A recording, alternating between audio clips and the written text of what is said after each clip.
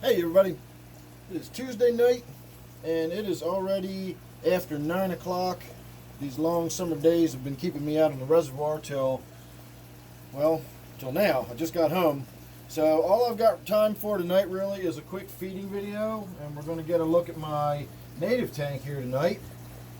And these guys go crazy when the food starts going in. I'm just throwing flakes in now, and they'll start swirling around the tank, and some of them will get to the bottom. It's so late at night, I don't want to do a normal full feeding where I would put a bunch of algae wafers and everything in there too.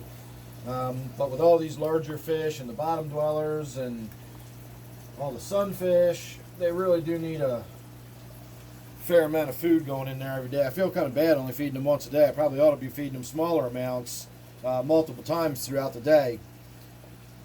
So for my regular viewers, you will know that I recently put an injured sucker fish in the bottom in this tank.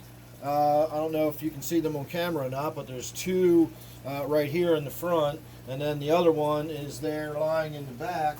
And he seems to be perfectly normal, although he's not up and feeding for some reason. I don't know why. His color looks good, his mouth is moving, his gills are moving at a normal pace, and yet he's not rushing around feeding with everybody else. So it's possible that there was some sort of internal injury or something. I don't know, but up until this very moment, he's been acting perfectly normal.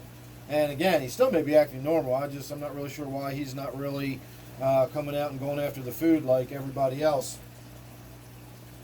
So let me run around a little bit and throw a little bit of food in a few of these other tanks.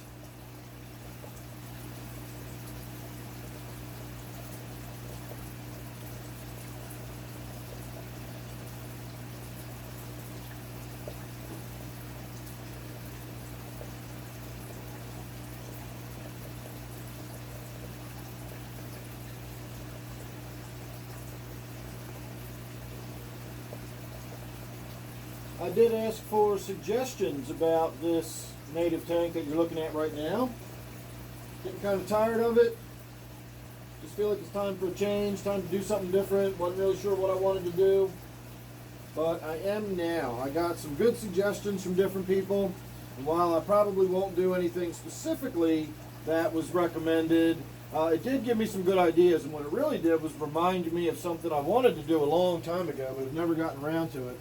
Out of all the different types of tanks I've set up, I've never set up a big tank with a lot of little fish. And I've always loved those. I'm not really a monster fish and a monster tank kind of guy. I like community tanks, I like planted tanks, I like lots of fish and lots of activity. The idea of having like a great big tank with one huge fish swimming around in it has just never really been my thing. I know other people like those kind of tanks. That's just not really something I'm interested in though.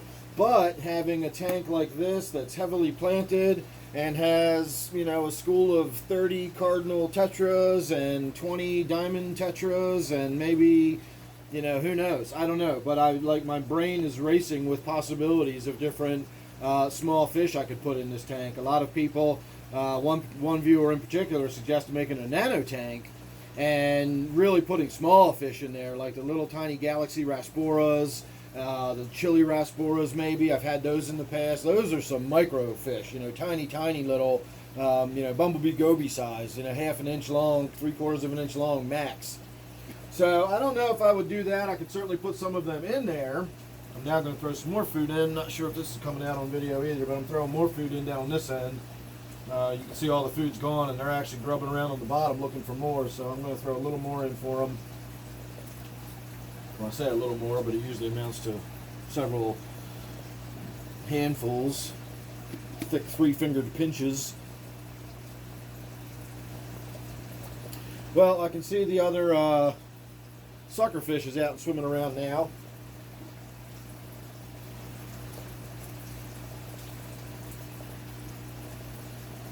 Yeah, the other sucker fish is definitely out swimming around now, so back to normal. See that one right here, that fast one that's darting around, that's the one. So he's probably still not really used to this tank and is a little skittish, not used to the routine, and that's why it's dashing and darting around like that. It's not really as comfortable as the other one.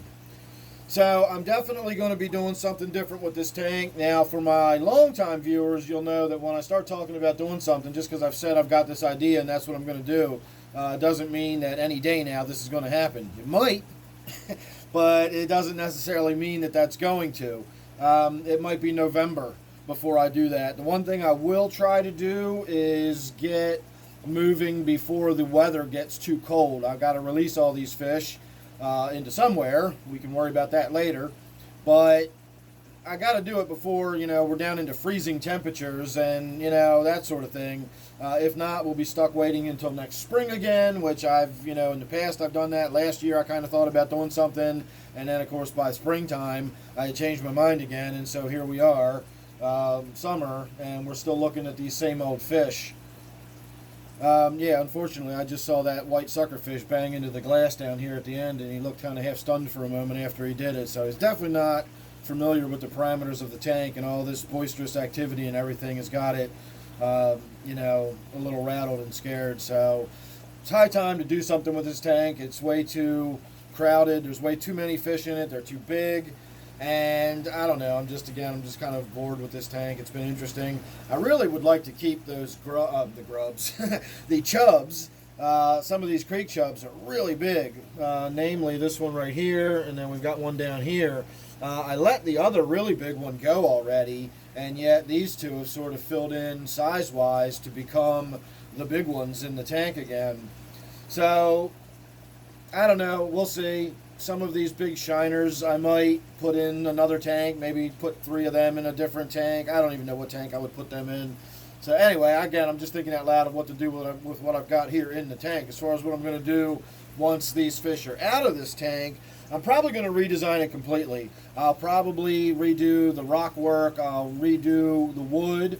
I still want wood in the tank, but I probably will either find new wood or maybe go buy some wood. I'm not really sure, but I'm going to just completely redo this tank, and we're going to have a nice big 125-gallon tank full of lots of little fish. So that's going to be fun. The pleco that you can see right there, I'm almost positive is a gold nugget pleco. They get pretty big, but this one doesn't seem like it's past its peak, growth spurt, we'll call it. And while it may eventually get bigger over the years, it's going to take a long time, and even then, at full grown, I think a 125-gallon tank would be okay for that. In fact, I may take the one in my T-bar tank and put it in this tank as well and have 2 of them, and then they'd be the big fish in the bottom of the tank to sort of help keep it clean, and then I would simply have all of the smaller fish, and again, maybe some lemon tetras or diamond tetras. I put some diamond tetras in another one of my tanks right now.